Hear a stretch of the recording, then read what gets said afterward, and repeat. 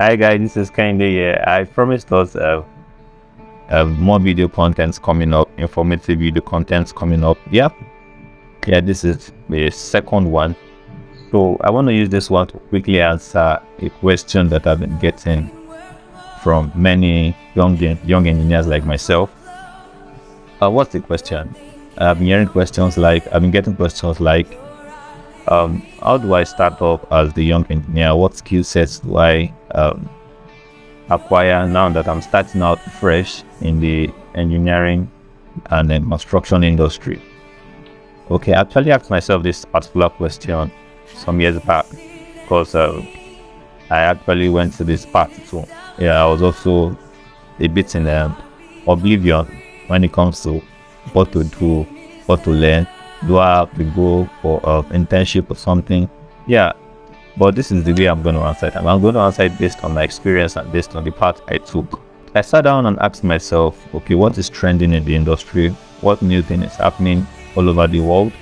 How is the industry? How is my industry? That's the engineering and construction industry. How is the industry faring?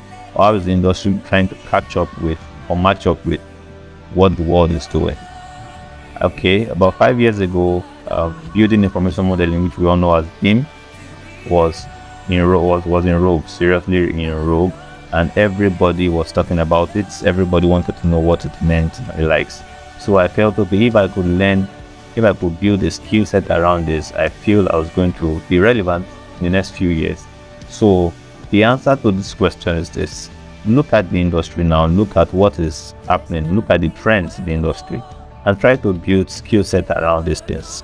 Because what new technologies are you hearing about? What new trends are you hearing about? Try to sit down, understand what is happening with them, compare what's happening with what's happening in the world and what's happening in the industry. So this way you are going to understand, okay, the gaps in the industry, what are the opportunities, the potentials, and that way you can find out that, okay, if I could learn these skill sets, I would one way or the other be relevant in the next few years. So basically, in summary, what I'm trying to say is this: try to stay out of the norm. The norm will tell you, okay, do this, do that. I won't say anything. Actually, I won't say anything, so I won't be questioned. So, but try to stay out of the norm and look for skill set that you could learn. And the beautiful thing is, if you could match these skill sets with engineering, it's gonna be a big thing, a big deal. What I'm doing now is basically what I sat down to learn in those years when I was a bit confused as to on what to do.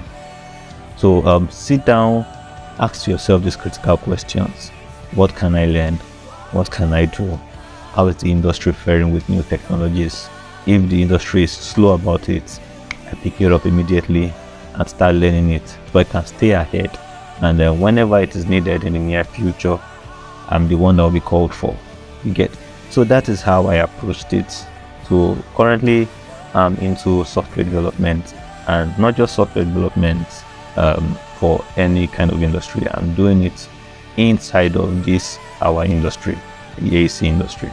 So I can assure you that if you could sit down and ask yourself this particular question of what is new, what has potentials for success in the coming years, I can assure you that if you can answer this particular question, how you can bridge the technological gap between your industry, our industry, and the world, I tell you, you're going to be a big success in the next few years. I'm going to mention some of these skill sets, but not in this video, so stay tuned for the next